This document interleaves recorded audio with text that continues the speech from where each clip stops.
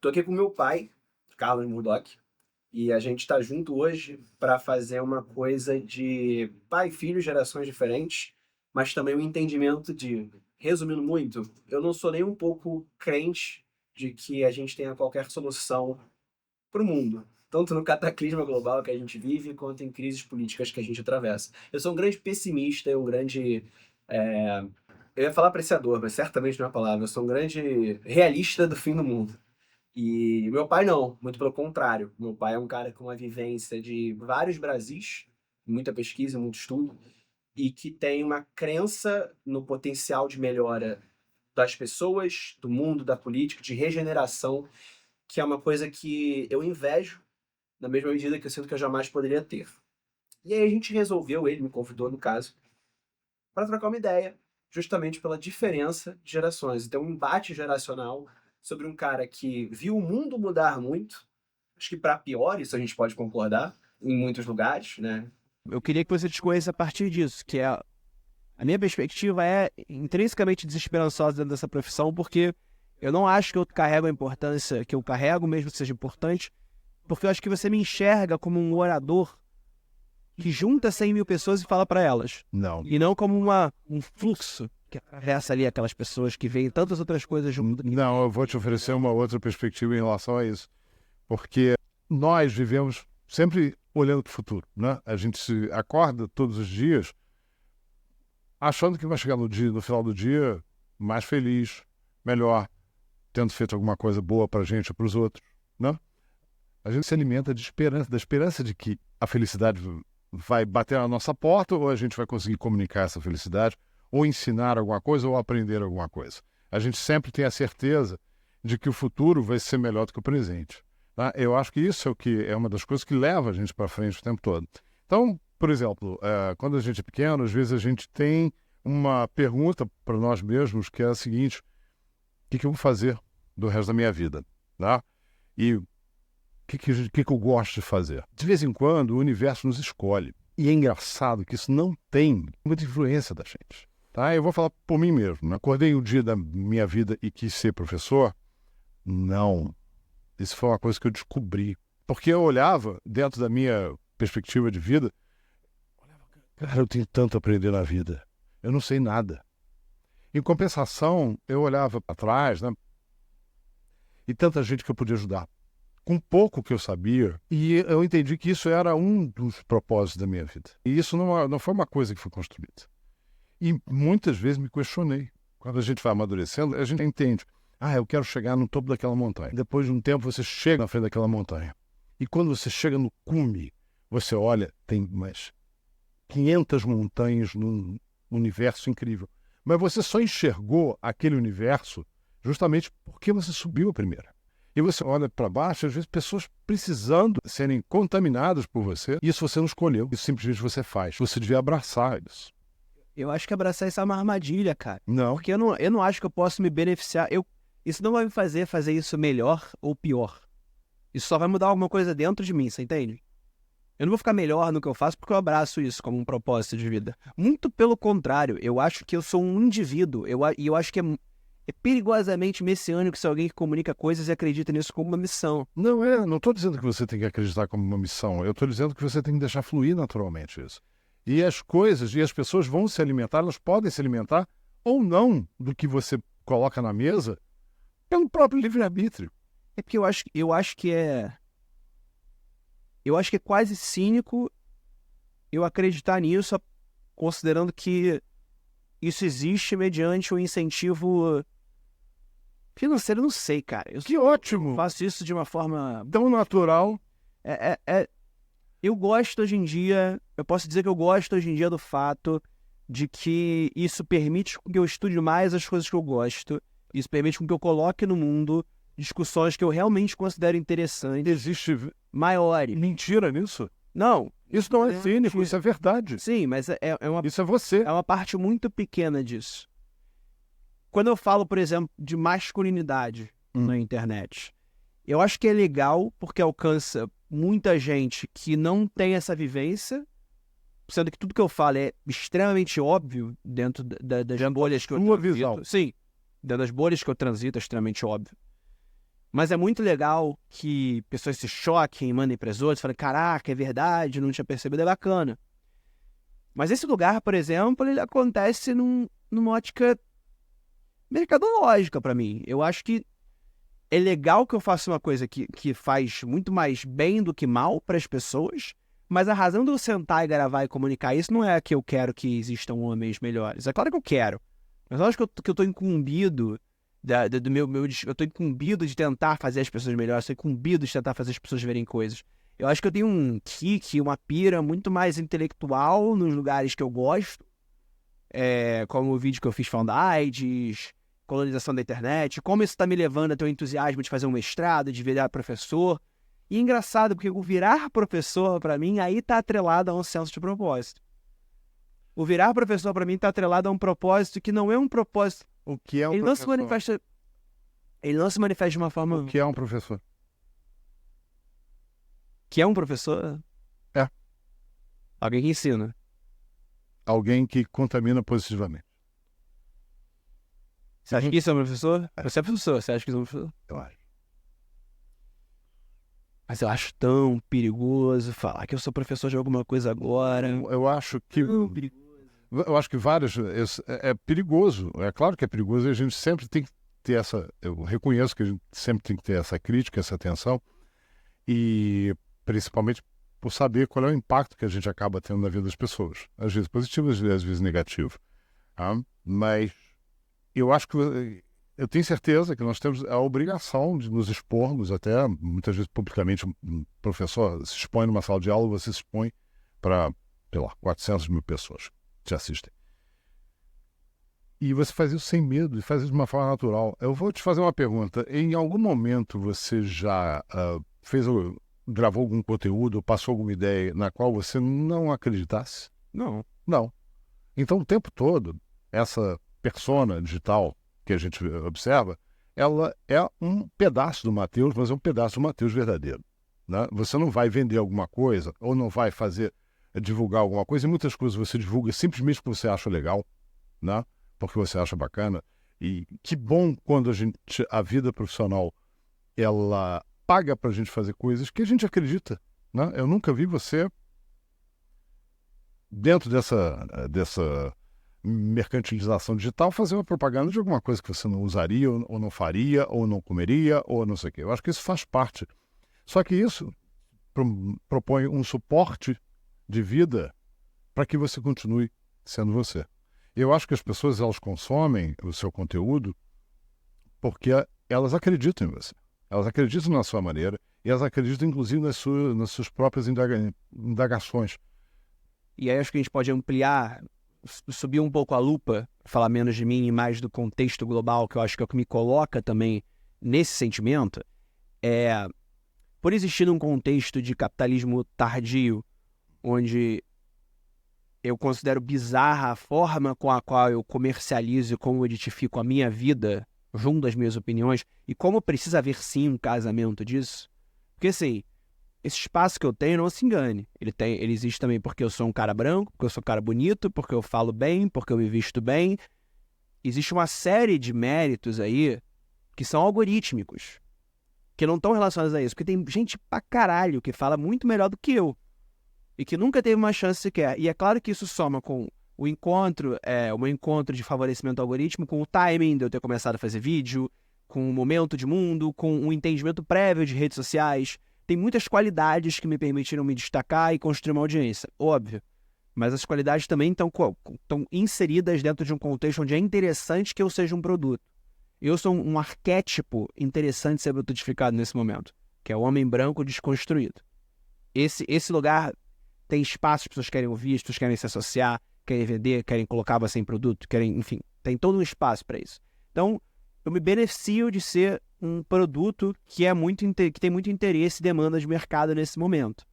Eu não consigo ver isso por uma outra lente, pela lente de que eu estou contaminando as pessoas positivamente, etc., porque eu acho que o próprio contexto mercado de influência, o próprio contexto redes sociais, algoritmos, Instagram, Reels, aceleracionismo digital, hiperconsumo, fragmentação das nossas identidades, tudo isso para mim está atrelado a um campo horrivelmente desesperançoso de futuro, porque eu acho que a gente vive numa época de corrosão completa do nosso senso de comunidade, hiperindividualismo cada vez mais acelerado, esmagamento da nossa subjetividade por causa disso. A gente está aqui, a gente não tem interações reais no mundo real, a gente mal tem tempo para isso, porque a gente vive num mundo que espera uma hiperprodutividade nossa, então a gente não consegue cuidar da nossa casa, a gente trabalha, se desloca e existe.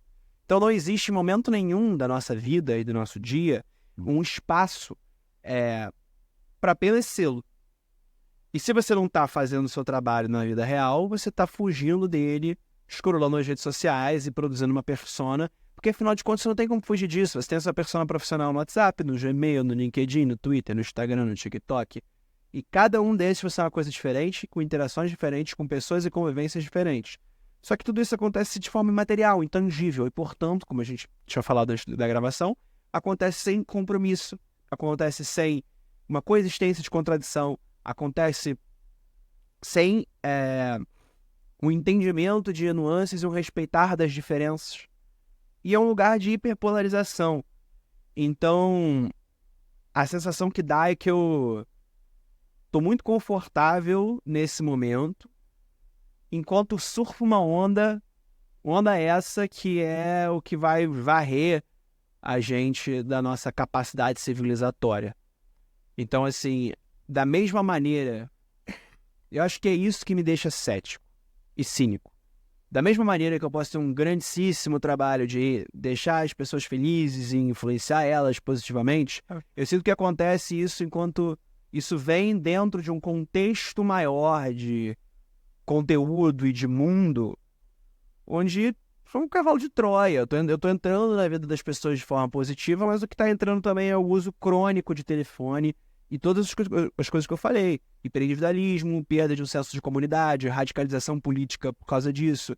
Então, acho que existe um processo que eu considero muito autodestrutivo do nosso vício absolutamente patológico em telefone. A previsão hoje é que 50% do mundo, não, do país, 50% do país tem algum transtorno mental. Então não é transtorno mental. É uma existência transtornada em si. Eu acho que a gente vive um cenário tão dark que o fato de que enquanto a tsunami tá vindo, eu sou um pontinho de luz ali, eu tô na tsunami, entendeu? Eu tô fazendo parte e não sou dark. Me explica isso melhor. Cara, eu acho que a gente vai ser engolido por uma onda fascista global, onde daqui a 20 anos, 30 anos, a realidade que a gente vai conhecer vai ser, em vez, né, do jogo de marionetes e do grande cortina de fumaça que é o bipartidarismo americano, por exemplo, que é a falsa ilusão de escolha. Em vez da falsa ilusão de escolha daquilo, você vai ter uma falsa ilusão de escolha entre o Trump e um Trump moderado, entendeu? E isso vai acontecer muito porque a gente não tem mais nenhum tipo de comunicação de senso de comunidade que permite a construção de um compromisso que não seja individualizado. Você acha que essa falta de senso de comunidade, ela também tem um dedo da internet que cria essas bolhas e você acaba se conectando com essas bolhas? Sim, mas a gente dividir para conquistar. Sim. Vários nichos. Sim. E os nichos não enxergam o outro lado. Exato. Mas essa bolha, ela também é projeto. Não um projeto, aquela coisa de várias pessoas do mal sentaram numa sala e falando, vamos poluir a mente. Não, claro que existe. Você desestabiliza a democracia com isso, pô. Tem sim. Ainda tem que entrar no... Depois eu até te falar disso. Já ouvi falar de iluminismo das trevas. Sim. Um cara chamado Nick Land. Sim. Que é basicamente a ideologia do mal. Sim. Feita por um cara muito inteligente. E aceleracionismo também, para você acelerar as coisas para que elas zerem rapidamente. Sim. É isso. Esse neo-reacionarismo, né? Uhum. Leituras muito interessantes e muito assustadoras, né? Porque... apesar de ser completamente esquizoide, é muito inteligente. Esquizoide. Né? Mas é muito inteligente. Vem de uma perspectiva completamente removida da existência humana, né? E ao mesmo tempo vem de um lugar de destruição, implosão e acentuação de desigualdade para nascer uma nova coisa que, para mim, está muito mais relacionada a bilionários que cheiram pra caramba e tem esse tipo de delírio. Mas, dentro desse contexto, para mim, eu acho que o que as pessoas falham em entender é que os sistemas econômicos e sistemas políticos de hoje, na minha opinião, estão dando errado não pela falta de esforço e mobilização, mas porque esse é o design fundamental deles nesse momento. E o nosso design fundamental de mundo é de acentuação de desigualdade.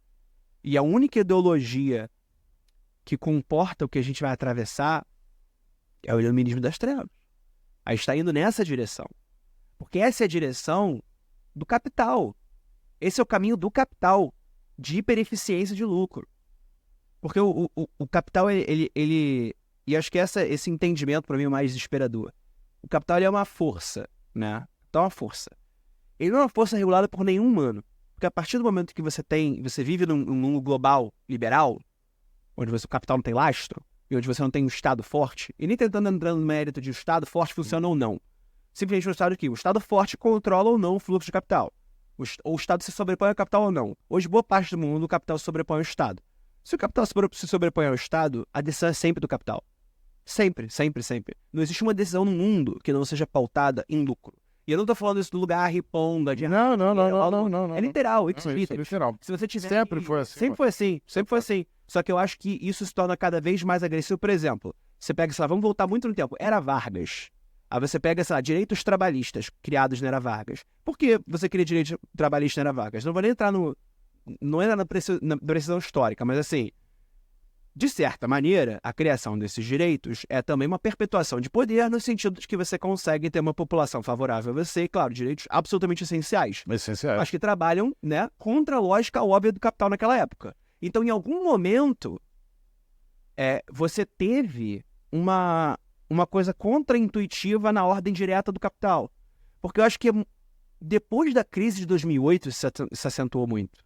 E depois do Reagan e da Thatcher também, e do liberalismo como um todo, da globalização como um todo, do livre fluxo de capital como um todo, é que você produziu tamanha desigualdade social que o mundo hoje é gerido por 5 conglomerados que detêm todas as empresas do mundo e você tem uma falsa ilusão de escolha de absolutamente tudo. Sim. Por isso que a gente vive num simulacro de realidade. Sim. E olha, você vai na farmácia, vai escolher entre um shampoo ou outro, não é a empresinha que faz lá o shampoo e bota o shampoo à venda, e tomara que meu shampoo venda mais que o concorrente. Não, o concorrente todos são do mesmo lugar. E é um processo absolutamente onde não importa nem se esse shampoo performa ou não de venda. Eu entendo. Muito mais valuation de mercado. Eu entendo simulacro, porque eu acho que hoje em dia a gente não tem nem mais nações. Não, Tá? Exatamente. Eu acho que as nações viraram instrumentos de controle. Exato, e que são regidos sob a ordem desse capital. Está tudo abaixo da ordem do capital. Então, assim, se você pensa a partir dessa lógica, e aí acho que é impossível, a gente sempre fala isso, é impossível perceber o mundo se não por uma ótica de materialismo histórico. Como você vai aplicar isso, ou como você acha que é melhor fazer a partir disso, aí é com você. Mas, assim, acho que o materialismo dialético, esse caminho, acho que não tem como, né, enxergar o mundo senão como uma dinâmica de acúmulos. A gente chegou num ponto de tamanho acúmulo em que o capital ele vai começar a se devorar com ouroboros, antes de você conseguir ter qualquer reação. Então, assim, protestos Stop Oil. Você vê de porra nenhuma. Você vai parar de ter petróleo quando por algum motivo for interessante para o capital parar de ter petróleo. É isso. A gente sabe que... Você nunca vai vencer a força. Não existe no mundo. Porque assim, você pode chegar inclusive e falar assim, cara, dois dos maiores conglomerados do mundo estão dispostos a sangrar pelo bem do planeta. Não estão. 2, o fato de que não existe um accountability direto faz com que não exista concentração de poder para tomada de decisão. Você tem uma mesa de shareholders que tem porcentagens de todas as empresas. São pessoas invisíveis que só operam na lógica do dinheiro. Então, para mim, é uma roda tão monumental, tão incapaz de ser percebido, de ser... Eu não consigo dimensionar o tamanho desse poder. Eu não consigo colocar ele na minha frente. Eu não consigo botar no mapa e falar, cara, a força disso é o tamanho disso aqui. Não, é acima de qualquer coisa. É uma roda imparável. É uma engrenagem que, assim, não tem nada que você... É uma engrenagem que vai esmagar todos nós. É uma engrenagem que esmaga a nação, cara. Esmaga país. Então, assim, como que eu posso ser otimista se eu enxergo tudo... E aí pode ser um erro meu, mas se eu enxergo tudo dentro dessa ótica, entendeu? Tá, é a coisinha... Você tá falando do meu trabalho, da importância, porque você consegue se enxergar numa lógica local. E talvez isso seja um grande mérito, talvez isso seja uma questão geracional minha, porque eu já nasço global, né? Eu já nasci conectado na internet. Então eu já nasci numa dimensão de mundo onde o local, ele quase não existe, é tudo muito etéreo pra mim. E é uma coisa que o esforço que eu faço de criar o local, de criar um senso de comunidade das pessoas que eu amo. Mas é isso, eu tô sempre fazendo isso aqui, olhando o mundo assim, falando, caralho, isso aqui que eu tô fazendo dentro dessa roda aqui. Como ter propósito dentro disso? Como ter propósito? Bom, O propósito tem que vir um empreendimento de que o mundo pode o melhorar. seu discurso é, cara, muito bacana, só que você, né, meio que começa o seu discurso, você cita a questão do Vargas, ótimo, e fala de materialismo dialético, que é uma coisa, que é um conceito marxista, importantíssimo conhecer Marx, e sendo neoliberal ou de esquerda, né, liberal de esquerda, eu acho que é importante que a gente entenda isso, porque Marx vai descrever uma série de processos que acontecem de fato, né? Então, é isso. Agora, se você abre uma ótica, tá?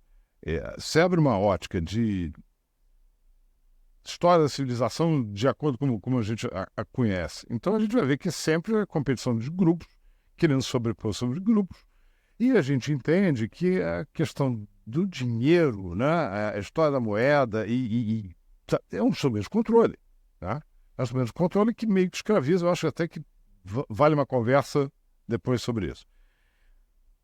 Então eu não vejo nenhuma novidade aqui, tá certo? Eu não vejo nenhuma novidade. A novidade que a gente pode pensar é porque simplesmente hoje em dia as coisas acontecem muito mais rápido por causa da conectividade, da internet, que o dinheiro sai de um lado para o outro e é capaz de quebrar um país, e me parece que tem sempre um país da bola da vez. Agora a gente vai quebrar a Rússia para fazer o mercado subir e descer, para poder... Você acha que você quebra? Não. Entendi. Entendeu? Eu falei a Rússia, agora vamos quebrar a China, agora vamos quebrar Guatemala, agora, sabe? Porque alguém tem que quebrar para se ganhar dinheiro. Sim. Tá? Porque aquela história.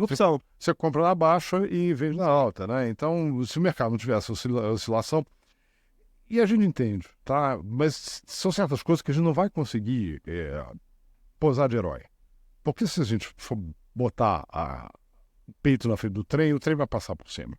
Mas, em compensação, tem coisas que a gente faz dentro do universo que estão ao nosso alcance. Porque eu entendo que a gente tem um universo daqui para fora e tem um universo daqui para dentro.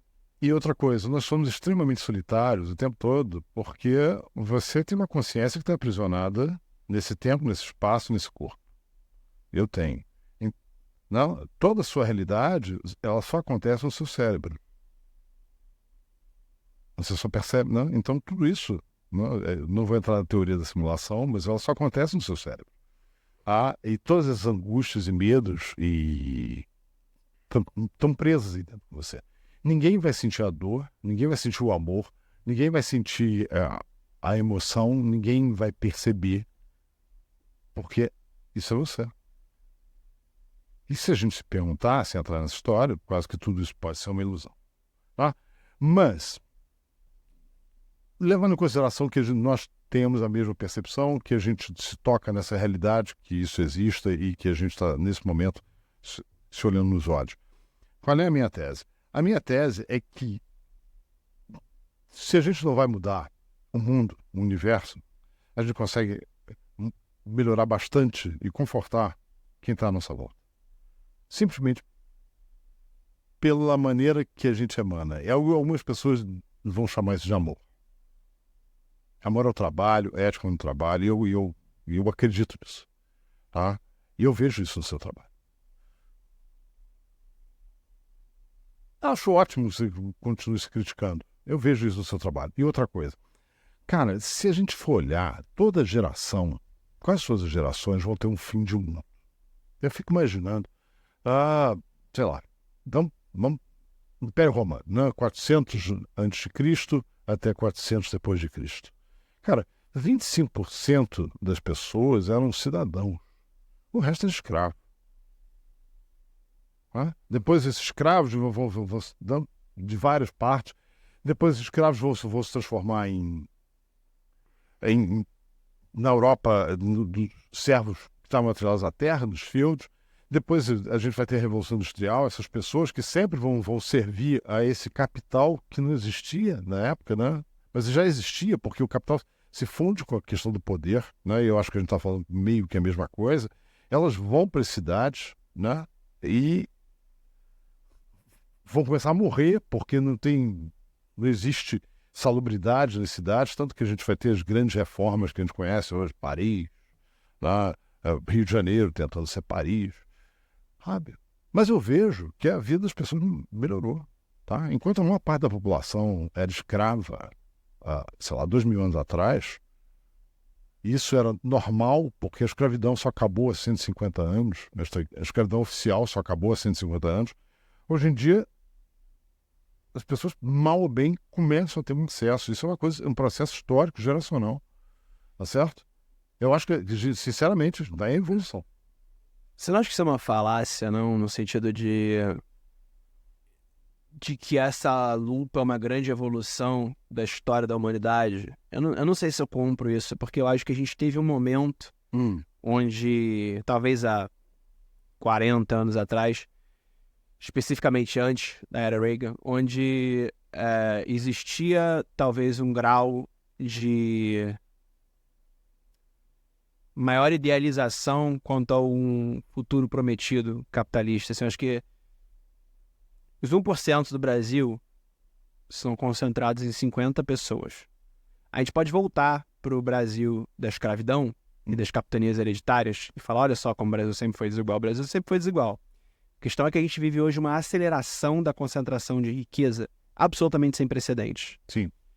Eu acho que... Sim. Eu gosto... Isso vai quebrar. Eu gosto da argumentação de nunca tantas pessoas tiveram acesso a tanto. Porque isso é absolutamente verdade. Sim. Ao mesmo tempo, eu acho que isso é contraproducente no sentido de que não acho que dá pra comparar Roma antiga, não acho que dá pra comparar qualquer outro período da história da humanidade. Eu acho que a gente pode falar, cara, pelo menos lá, pós-revolução industrial, vai. Eu tô falando de pessoas que comem. Sim, mas a questão é, comem o quê? E tem acesso, e mal ou bem tem um acesso, existe um acesso que é muito maior. Mas então, jamais na história. mas comem o quê? Hoje em dia comem lixo. Também. Hoje em dia você tem uma invasão de agrotóxico bizarro, você tem alimentos de cada vez de pior qualidade, você tem frutas cada vez mais caras. Eu não falo isso no mercado do Brasil, eu falo isso no mundo todo. O acesso a comida de qualidade é cada vez mais um luxo. E isso é projeto também. No Brasil, por exemplo, você pode comer um arroz com feijão e um bife, sendo pobre, e isso vai ser de uma qualidade que é cada vez pior, entendeu? A qualidade da comida é cada vez pior num processo global. E a gente vai ver uma escassez sem precedentes, que você sabe também. Sim. Então, assim, a minha pergunta de volta para você é: beleza que a gente teve essa crescente evolução. Essa roda vai quebrar. Ela vai quebrar indiscutivelmente. Se você pegar a curva histórica de quanto mais gente tem isso aqui, cada vez mais gente tem mais. Se o mundo quebrar, a gente não vai chegar em níveis de Roma. Então, assim, não acho que quando você bota a lupa desse tamanho também, aí se você botar a lupa pra trás demais, você vai falar, caraca, olha só, o mundo já foi quente antes. Tá quente de novo, é natural. Então, acho que isso permite certos argumentos que tiram a gente do senso de urgência de que nos últimos 50 anos a parada degringolou pra cacete. E aí essa parada vai estourar e... Cara, que maneiro seria se pelo menos esse sistema fosse ruir com o mundo meio igual como tá. Mas não, ele vai ruir com o mundo vivendo escassez das coisas. Pô, o Brasil teve uma redução, acho que foi de quê? De 35% da sua bacia não, da sua água doce. Uhum. O Brasil perdeu 35% disso desde os anos 80. Sim. A gente vai ver uma escassez de água, uma escassez de comida. A gente vai ter até, sei lá, daqui a 20, 30 anos a gente vai bater o quê? Perto de 1 bilhão de mortes, pelo menos 50 anos, devido ao aquecimento global. A gente teve as enchentes do Rio Grande do Sul, isso não é porra nenhuma perto do que vai acontecer. A água está subindo, a água está na nossa cintura. E a gente tem que ficar subindo a escadinha e pagando mais para não fazer parte do próximo grupo que vai ser afetado por essa desigualdade social. Pagando cada vez mais, cada vez mais. Aqui no Rio de Janeiro, a gente consegue dormir com ar-condicionado. Daqui a pouco vai ser insustentável dormir sem. Já é quase impossível dormir sem ar-condicionado, ainda mais porque as comunidades não têm nenhum sistema de refrigeração, não tem passagem de ar, você sabe muito bem disso. Uhum. Então, assim, são ilhas de calor absurdas na pedra. Qual é a sua esperança? Qual é a minha esperança? Vamos lá. O que você está dizendo agora, eu, na verdade, digo há 3 décadas. Tá? E há 30 anos atrás, quando eu comecei a falar sobre aquecimento global e hoje em dia o termo mudança climática, para mim é a mesma coisa. Ninguém acreditava e dizia que eu era o sujeito pessimista. Tá? Eu era o pessimista. Só que eu achava que o meu propósito, olha aí, meu papel, eu realmente comecei a ler, estudar sobre isso e, caramba, se você está num trem e está vendo que esse trem vai cair no precipício, qual é o seu papel? É puxar a cordinha e dizer, olha só, tem que mudar, tem que mudar, tem que mudar. Tá? Comecei a dar palestras sobre isso, montar exposições sobre isso, me tornei conhecido sobre isso. Minhas escolas, nas escolas que eu dava aula, começaram a se tornar conhecidas sobre isso. Só que as pessoas olhavam para mim de uma maneira ruim. Sabe, lembra daquele filme Não Olhe para Cima? Uhum. Né? E era exatamente essa sensação que eu tinha, porque a turma chegava. Aí chegou o sujeito do matinho na fachada, tá abraçando a árvore, né? Você vê gnomo também, porque misturava um pouco aquela coisa de Com a ecologia, né? Que era um termo que era... Mas o movimento ecológico é um movimento importante, porque ele vai contra os acidentes nucleares que a gente começou a ter na década de 70, né? Então é importante, sim, que isso surja de alguma maneira. Porém, Matheus, o que eu vi? Né? Eu vi que na minha sala de aula começaram a passar os estudantes e que eu contaminei.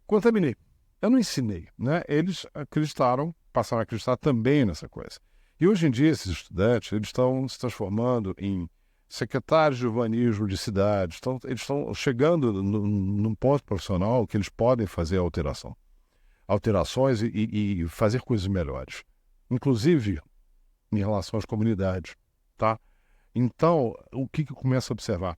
Que aquele embrião que foi lançado 25 anos atrás, eles começa a dar frutos agora, com pessoas que são mais preparadas, capacitadas para entenderem esse processo e para agirem, de fato, nesse movimento. Tá? Então, sim, o mar vai subir? Vai. Os cenários climáticos são, na verdade, os indicadores são muito piores do que a gente imaginava. Eu achei que eu não fosse passar isso na minha geração, mas o fato é que estamos passando. Em compensação, isso abre uma possibilidade para uma economia verde, uma economia mais verde. E se nós temos que preparar as cidades para essas mudanças climáticas, inclusive modificação do nível, não, alteração do nível do mar. Então, eu tenho uma série de propostas para isso, para o Rio de Janeiro. E isso abre uma necessidade que abre emprego de verdade, não é só emprego virtual. Abre emprego de verdade projeto, emprego de verdade em construção civil, de melhoria. Nós estamos com uma população que está envelhecendo, então nós temos que fazer as alterações da cidade.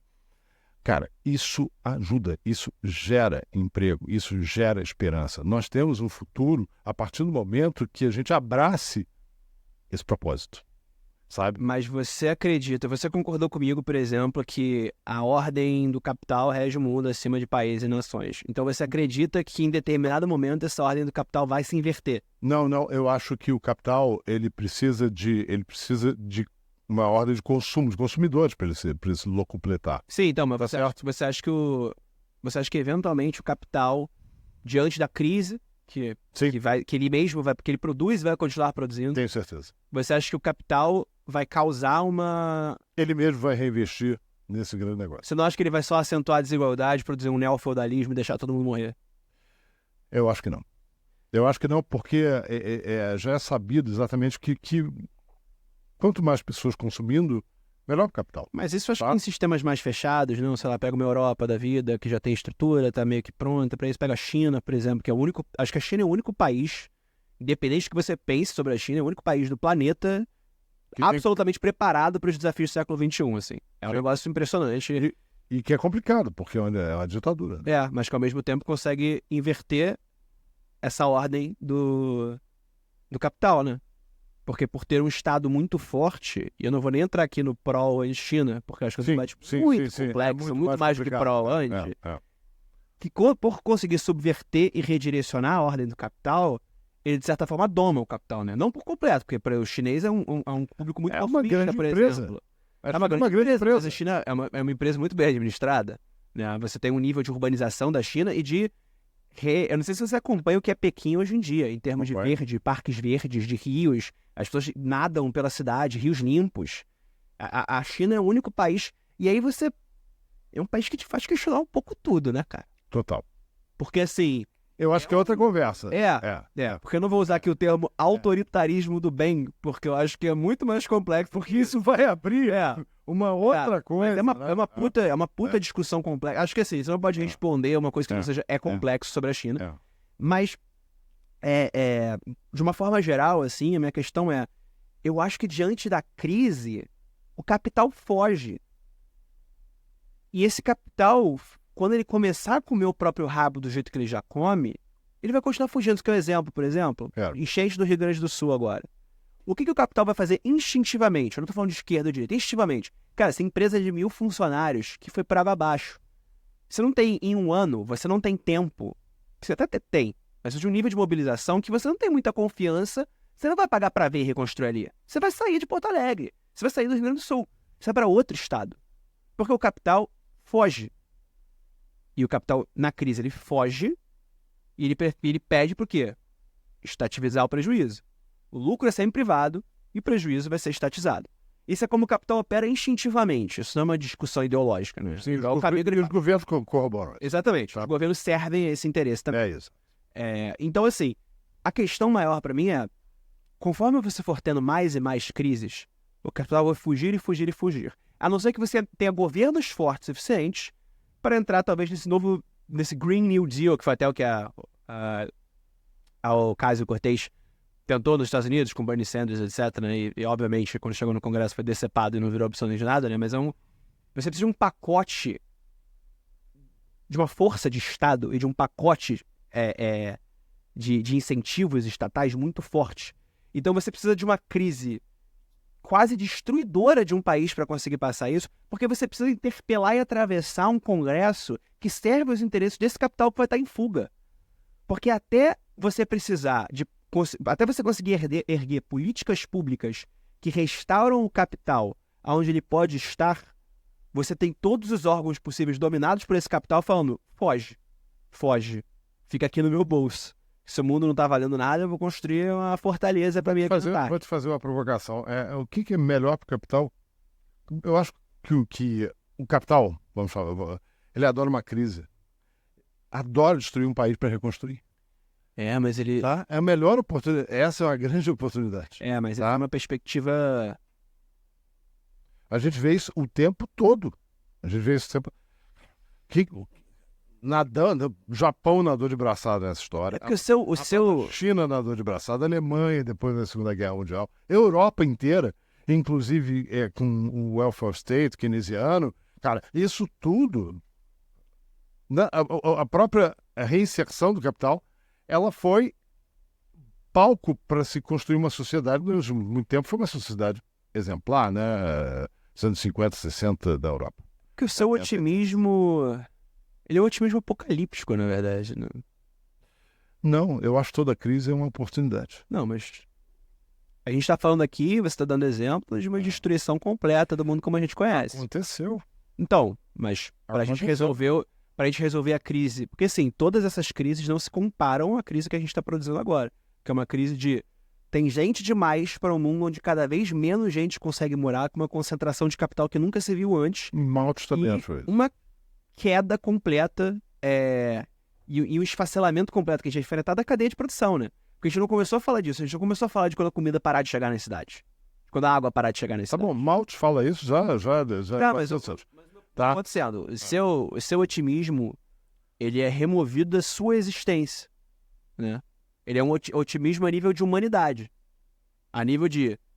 Sim. Vai ser horrível, vai ser talvez pior do que todas essas outras coisas, mas a gente vai se reerguer disso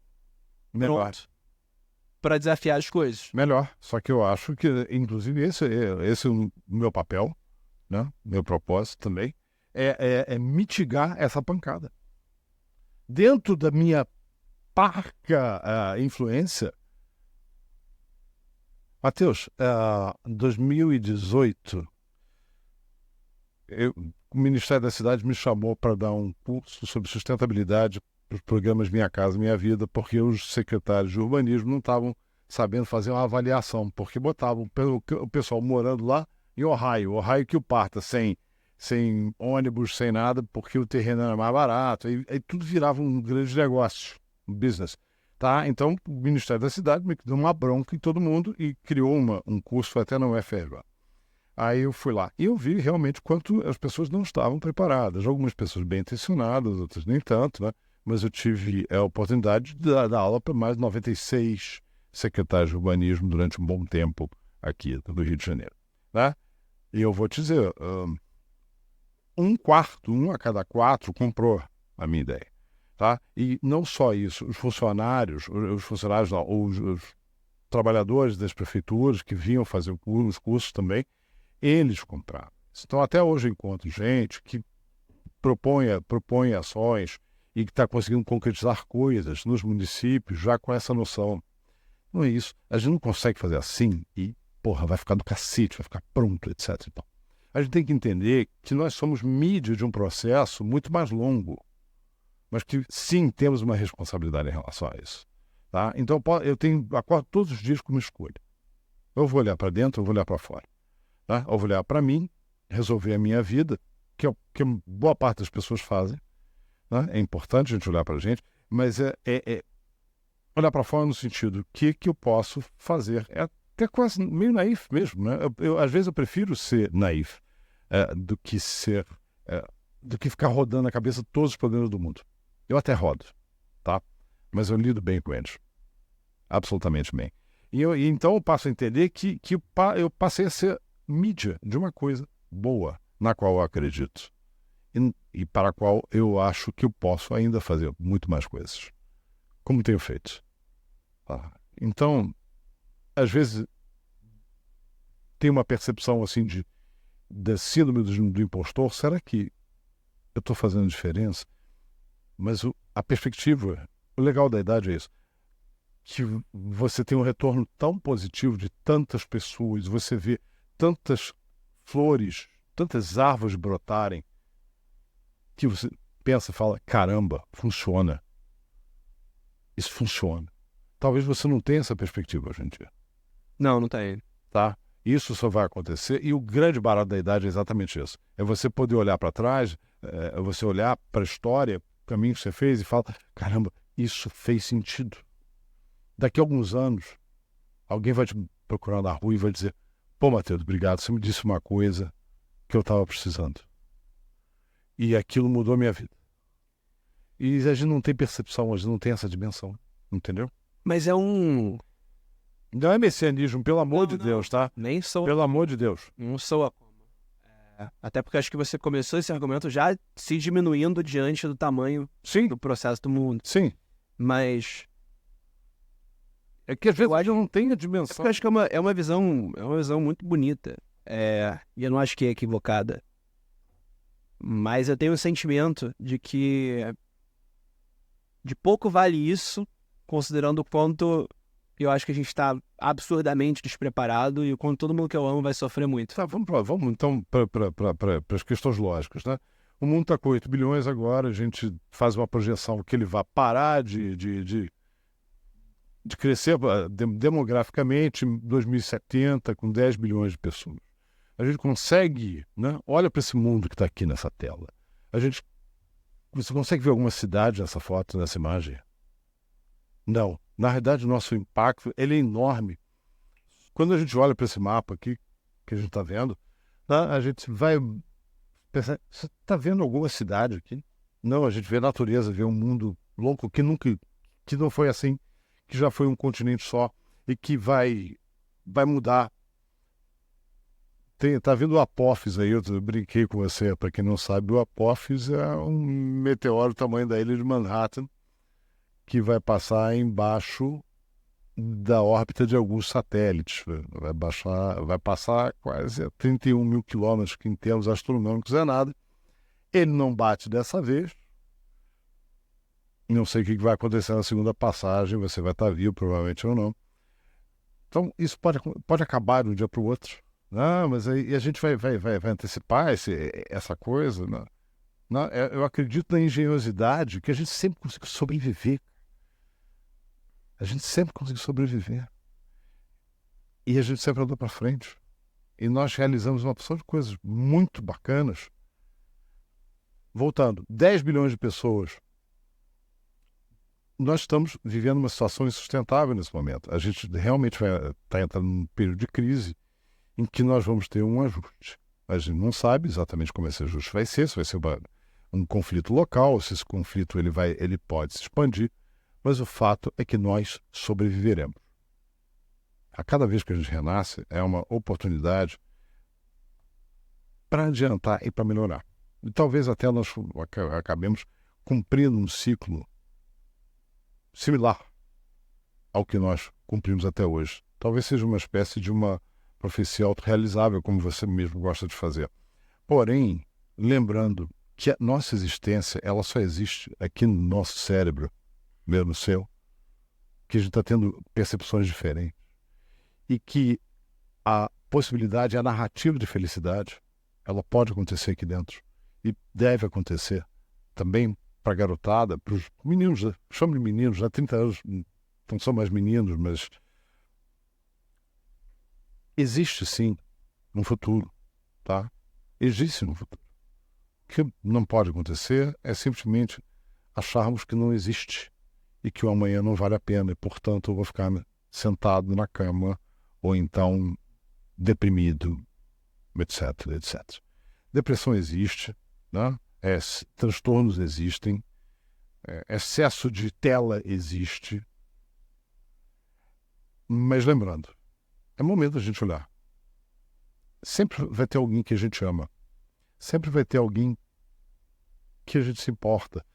Às vezes é uma pessoa, ou só é um grupo de pessoas, às vezes é um animal, às vezes é uma planta, às vezes é uma pintura, às vezes é um livro, às vezes é um poema, é um texto.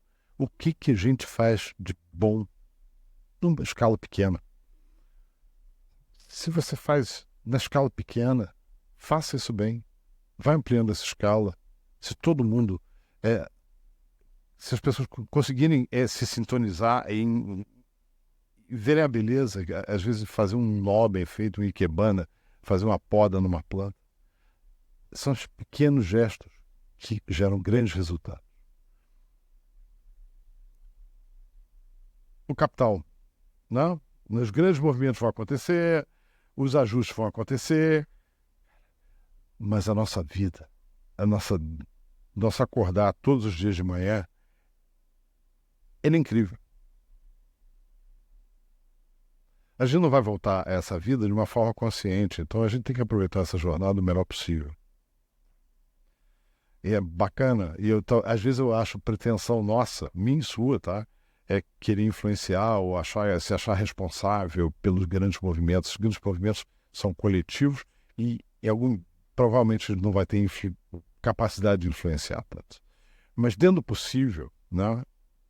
Hoje em dia eu sou muito feliz e muito grato a tudo isso que acontece por ter conseguido influenciar uma boa parte de pessoas e entender que muitas pessoas ganham pão, sobrevivem e são felizes por coisas que aprenderam comigo. E eu tenho certeza que daqui a alguns anos as pessoas vão te dar um feedback. Às vezes a gente precisa ter uma distância para observar o quadro que a gente pintou. Quando a gente está pintando na hora, perto a gente não enxerga a perspectiva geral. Então, chefe, além de amar você, eu vou dizer para você não se cobrar nesse sentido, deixar fluir um pouco. É claro que isso, né, em algum momento sua profissão é um business, né, é uma maneira de sobreviver, mas você é íntegro. E sempre foi, e sempre vai ser. O que eu chamo de curva do cara de pau. Curva de cara de pau foi que o Murdoch um dia teve. Caramba, eu não sei nada, mas o pouco que eu sei, eu posso ensinar. Não que você ensine, mas seu propósito não é ensinar. Mas ao comunicar o que Mateus pensa, dúvidas pessoais, considerações, elas comunicam por quê? Porque as pessoas estão carregando isso. Então, continue dessa maneira. Sem cinismo, sem achar que cinismo seria se você fizesse alguma coisa simplesmente para aproveitar o calor do momento, né? E você não faz isso. Não faz, muito pelo contrário. Tem vezes que você volta no tempo, no passado, né, para questionar coisas que aconteceram, como a questão da AIDS, para contar histórias e revisitar esses momentos importantes. Você analisa coisas contemporâneas e nada disso é mentira, sabe? Nada disso é mentira. Então, tira um pouco dessa capa. Se preocupa com o futuro, sim, mas deixa fluir. Acho que vale a gente encerrar com essa última frase. É isso. Tem mais nada a dizer. Eu amo você. Amo você, cara. Obrigado.